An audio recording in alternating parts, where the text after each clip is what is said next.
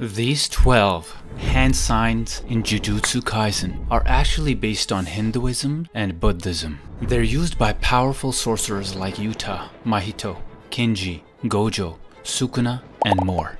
Also, I'll break down the meaning of each sorcerer's domain expansion to help you fully understand these hand signs or mudras.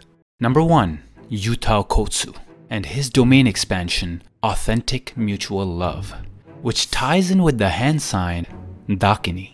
In a section of the Lankavatara Sutra, Gautama Buddha points out that Dakas and Dakinis are terrible eaters of human flesh. That's right, Dakinis eat human flesh.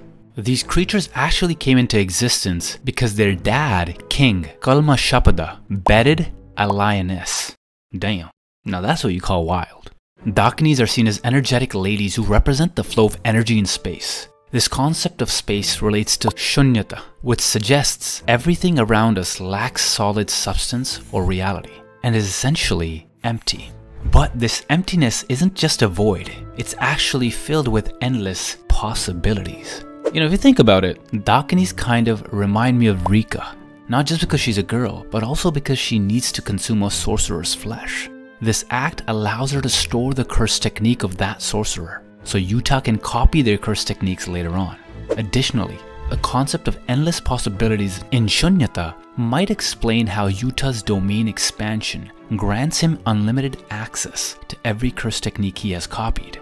But in Japan, Dakini is reimagined in Buddhist tradition as a Dakinetin, a figure resembling Hindu goddesses. She's shown in artworks riding a white fox, sword in hand, and clutching a pearl that grants wishes. Wait, Yuta's got a sword and the white fox, which is definitely Rika because she's all white. So Dakinetin riding a fox is kind of like Yuta riding No, that's too much. I don't mean it like that. Jokes aside, did you know that Yuta's domain also features some other symbols, especially the ribbon? In Japanese culture, this ribbon is known as Awaji Musubi, which holds many symbolic meanings, including hope for eternal happiness, never-ending love, or keep it unbroken forever. Once the knot is tied, it becomes very difficult to untie. Damn, sounds like our boy Yuta is trapped. But since love became a major theme in battles, especially after Yorozu appeared, and Yuta's domain has the word love, do you think he could be the one to show the power of love to Sukuna, or is Yuta just gonna end up dying as well?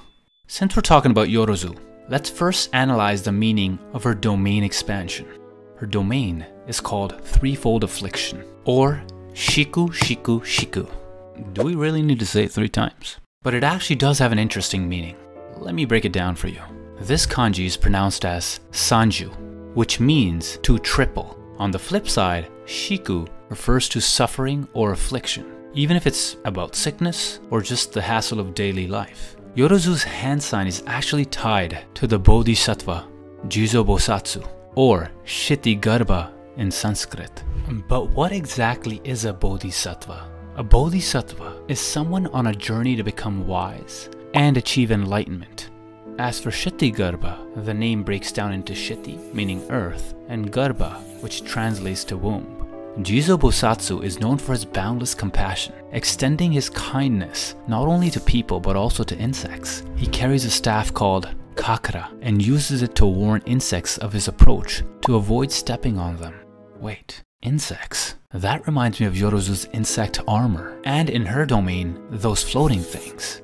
They're actually representations of insect brains and ganglia. Next on our list is Kinji Hakari, with his domain expansion Idle, Death, Gamble, and a hand seal associated with Saraswati. Saraswati is actually a part of a goddess group called the Trivedi in Hinduism, alongside Lakshmi and Parvati. Each goddess in this trio has her own domain. Lakshmi is the goddess who makes sure you're never short on cash. She's all about wealth, fortune, prosperity. Parvati brings love, fertility, and devotion, making sure you won't stay single. Saraswati keeps things lively, being the goddess of not just knowledge and learning, but also the arts and music. Is that why Kinji's domain has that music? Remember? private pure love train. Now in Buddhism, Saraswati is known as Benzaiten, and this goddess is a lot like Kinji. See, Benzaiten is one of the 7 lucky gods, showering people with good fortune and a lot of cash. This is very similar to Kinji because he loves gambling and is very lucky. Next, Ryu Ishigori. Ryu used his domain expansion during the Culling Games, but we didn't get to see what it looks like or what it does. And now we'll never know because Sukuna just sliced and diced his face. But we did get to see Ryu's hand sign, which connects to Kujaku Myou, or Mahamayuri. Mahamayuri is a female bodhisattva whose name means great peacock. She's often depicted riding a peacock or having peacock feathers. In Buddhism, the peacock symbolizes purity and the ability to consume poisonous elements without being harmed, reflecting Mahamayuri's role in protecting against poison and disease. Mahamayuri is also known as a wisdom queen or Vidyarajani in Sanskrit. She's often illustrated with multiple arms, holding various symbolic objects like a citron fruit, bale fruit, lotus flower, and a peacock tail feather. As a Vidyarajani, Mahamayuri is venerated for her power to protect devotees from physical and spiritual poisons, highlighting her role as a guardian against negativity and harm. Yet, there are no direct similarities between Mahamayuri and Ryu, except that Mahamayuri has a peacock and Ryu is a little cocky. I mean, come on, the guy's arrogant. We can't deny that, guys. Now, Kenjaku. His hand seal is based on Honsho Gasho, or reverse cross palms. It involves interlocking fingers. This mudra symbolizes Buddha Shakyamuni's journey to overcome Mara, a celestial king that tried to stop Buddha from achieving enlightenment. By the way, Shakyamuni means sage of the Shakyas in Sanskrit. But who were the Shakyas? Back in the day, there was this clan called the Shakyas in South Asia, right where Buddha came from. He was born in a place called Kapilavastu, which you would find today in Nepal. So Buddha started it all with the basics of Buddhism. After that, some Buddhists wanted to dive deeper into what he taught. So they came up with their own branch called Esoteric Buddhism. In Esoteric Buddhism, the right hand represents the Buddha's world, a place of ultimate purity and strength, while the left hand symbolizes the human world, known as the womb realm. This ties into Kenjaku's domain expansion, womb profusion, or Taizo Henya. The term Taizo comes from Taizo Kai, the womb realm, or home of the 5 compassion Buddhas. The second part, Henya, is a phrase from Chinese literature, meaning covering the whole countryside. It's often used to describe something that's widespread, but typically in a negative context, like in the idioms starving corpses everywhere, or disaster victims everywhere. This perfectly matches the look of Kenjaku's domain expansion, which resembles a tree with cursed spirits merged together. I agree, it's creepy. Next up is Uro Takako. Just like her colleague Ryu, her domain is unknown, but her hand sign is connected to Kundali, aka Amrita Kundalin. Kundali is depicted as a fierce guardian deity in Buddhism and is considered a manifestation of Ratna Sambhava, one of the 5 wisdom Buddhas. This Buddha focuses on equality and aims to destroy greed and pride. Moreover, when classified amongst the 8 wisdom kings, Kundali represents Akasha Garbha. In Sanskrit, Akasha translates to space, and as we said earlier, Garbha translates to womb, or embryo. That's why Akasha Garbha's name can be translated as boundless space treasury, because his wisdom is as infinite as space. But since Uro's curse technique is sky manipulation, it's likely inspired by Akasha, which also can mean sky. Now we have the one and only Gojo Satoru. His domain expansion is and his mudra is linked to Taishakuten, or chakra. In Sanskrit, chakra means mighty or powerful, which perfectly suits Gojo. But here's the crazy part. The name chakra is actually the title of the god Indra, who's the god of thunder, storms, and rain. And just like Indra leads the gods in heaven, Taishakuten presides over 32 gods and is supported by the 4 heavenly kings. Now my guys, I found an interesting theory on subreddit that Gojo's hand seal is initially incomplete and it's connected to Marichi, the goddess of light and the sun. Marichi represents the dawn, enlightenment, and victory over darkness. She's known for her powers of illusion and invisibility, often worshipped by warriors for protection and courage. She's also connected to Domu, the Queen of Heaven, contrasting with Sukuna's hand sign, which is based on Enma, the King of Hell, which I'm gonna explain later in the video. But now, the battle of Gojo and Sukuna makes a lot of sense. Think about it. It's like a battle of light versus darkness. Next, Naoya Zenin. His mudra, or hand sign, is linked to Ukushma, and in Sanskrit his full name is Vajra Krodha Mahabala Ukushma, which translates to Great Strength, Furious Diamond, Uchushma. In Japan, Ukushma is actually known as the Bathroom Guardian. Yes, seriously, that's legit. It's said that he can purify with fire, and even has the ability to change a girl to a boy. Wow.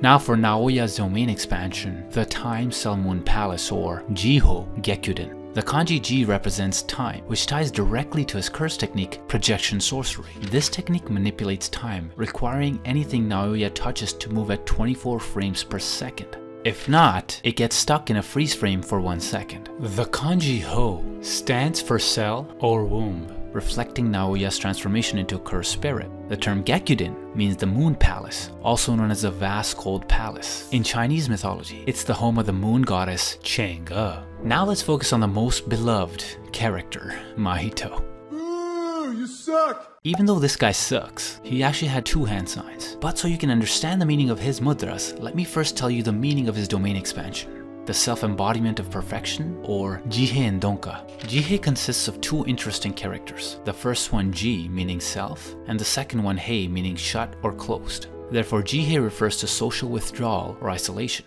Now that's what you call single, my guys.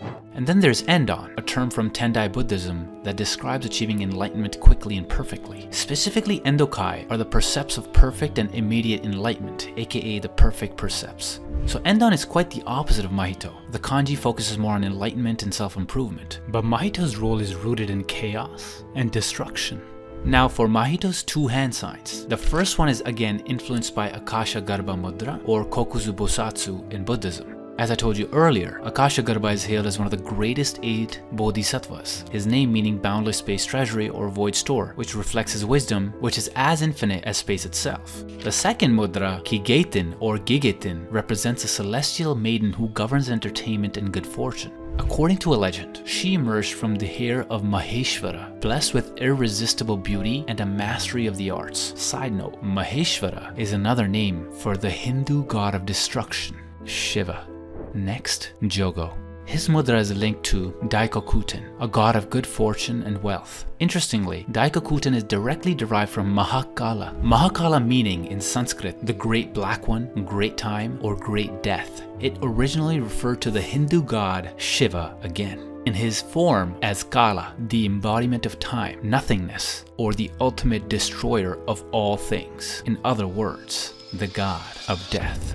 But to be honest, the title Death and Destruction makes a neat parallel with Jogo's abilities because this guy can literally call down a meteor. Later, Buddhism adopted this title, but their perspective on Mahakala is different. In Buddhism, he's viewed as a protector of their teachings. However, he's not just any guardian, he's also quite terrifying because he spends his nights wandering the forests, leading a group of scary ghouls and demons. Also remember those man-eating ladies from earlier, the Dakinis? Well, there's a story from the Tang dynasty by a monk named Ji Xing. He says Mahakala is actually the manifestation of Buddha Vairocana, and he wasn't too happy with the Dakinis. So to keep the Dakinis in check, Mahakala swallowed them, but didn't keep them inside forever. He let them out with one strict rule. No more eating humans. Thank the gods. But if humans are about to die, the Dakinis can eat their hearts. Okay, fair enough.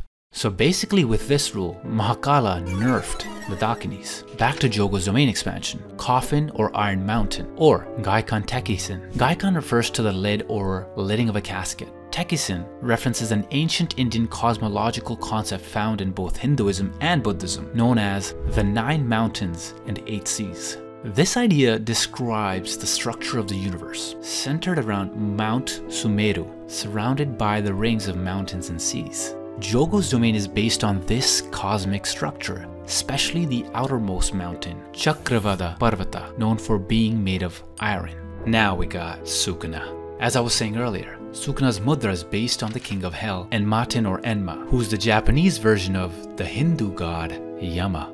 Yama, aka Kala or Dharmaraja, is the Hindu god of death and justice. He's in charge of punishing sinners in his domain Naraka, which is essentially hell in Buddhism, or Buddhist hell. In a different video I explained how both Naraka and Sukuna's malevolent shrine depict themes of suffering and pain. Going back to Sukuna's domain expansion, Malevolent Shrine or Fukuma Mizushi. The Fukuma is derived from the word Fukumaden, which refers to a place teeming with demons, aka pandemonium. Mizushi has a couple of meanings. First, it can refer to a small Buddhist shrine used to store sacred items, or to a part of the imperial palace where food for the emperor was prepared. So second, it also translates to kitchen.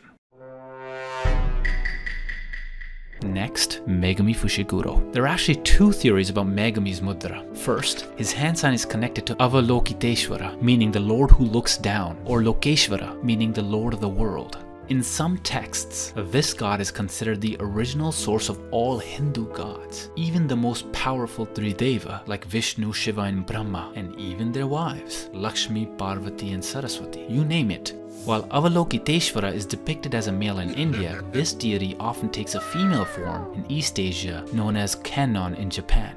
The second theory is that Megami's mudra is tied to Bhai Sajjaguru or Yakushi Nuari, aka the medicine Buddha. He's known for his 12 vows, promising to get rid of diseases, healing the sick, and easing the suffering of all beings. His followers, known as the 12 heavenly generals, were originally yakshas, nature spirits, who became devoted to his teachings. Crazy thing is, one of these generals is Mahala or Mahoraga. In Buddhism, Mahoragas are part of the 8 deity classes tasked to guard Dharma. Dharma meaning the cosmic law of righteousness in the world. You know, like to keep things in order in society and, so the evil people just don't start taking over the world and stuff like that.